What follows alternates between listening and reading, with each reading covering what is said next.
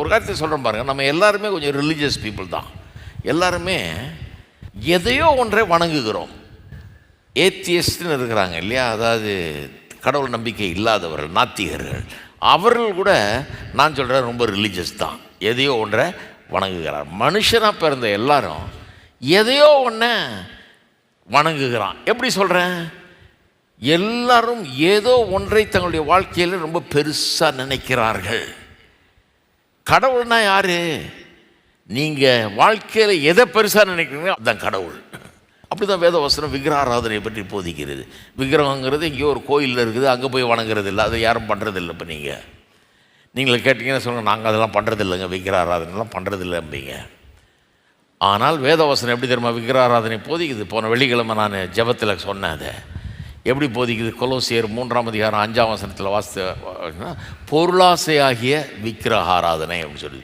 பொருளாசையாக விக்கிரக ஆராதனை. எப்படி பொருளாசை எப்படி விக்கிரக ஆராதனை ஆக முடியும்? பொருளாசை வேறு, விக்கிரக ஆராதனை. விக்கிரம்னு ஒரு விக்கிரகத்தை வைக்கணும், அதை வணங்கணும் அப்படின்னு தான் நினைப்போமா? இல்லை, வேதவசனம் இருதயத்தின் விக்கிரகங்களை குறித்து பேசுகிறது. எங்கேயோ ஒரு கோயிலில் இருக்கிற விக்கிரகத்தை பற்றி இல்லை, நம்முடைய இருதயத்தில் இருக்கிற விக்கிரகங்களை பற்றி பேசுது. இதுக்காக சொல்லி நம்ம ஜெபம் பண்ணோம். இருதயத்தில் இருக்கிற விக்கிரகம் என்ன? எல்லா மனிதரும் அவர்கள் நாத்தியர்களாக இருந்தால் கூட ஏதோ ஒன்றை பெருசாக நினைக்கிறாங்க. நிறைய பேர் பணத்தையும் வெல்த் ஐஸ்வர்யத்தையும் பெருசாக நினைக்கிறாங்க. எவ்வளோ பெருசாக நினைக்கிறாங்கன்னா எல்லாத்தையோடையும் பெருசு. எல்லாத்தையோடையும் எதை விட பெருசு? கடவுள்லாம் அப்புறம்தான். கோயிலுக்கு போகிறதா? இல்லைங்க, பணம் சம்பாதிக்கிற வேலையை பார்ப்போம். பைபிளை வாசிக்கிறதா? அது கிடக்குதுங்க, பணம் தாங்க எல்லாம், பணம் இல்லைன்னா ஒன்றும் கிடையாதுங்க அப்படிம்பாங்க. எல்லாத்த காட்டிலும் பணம் தான் பெருசு. இன்னும் கேட்டால் கடவுளை காட்டிலும் பணம் தான் பெருசு.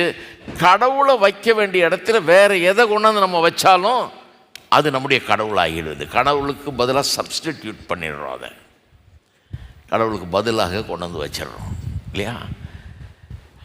அப்போ சிலர் அப்படி வைக்கிறாங்க. சிலர் யாரையோ ஒரு அழகான பொண்ணை பார்த்துடுறாங்க, மயங்குறாங்க. அது இருந்தால், அந்த பொண்ணு இருந்தால் என் வாழ்க்கை அப்படியே ரொம்ப ஜொலிச்சிருமாக்கும்னு நினைக்கிறான். இல்லைன்னா போச்சு, என் வாழ்க்கையே கிடையாதுன்னு நினைக்கிறான்.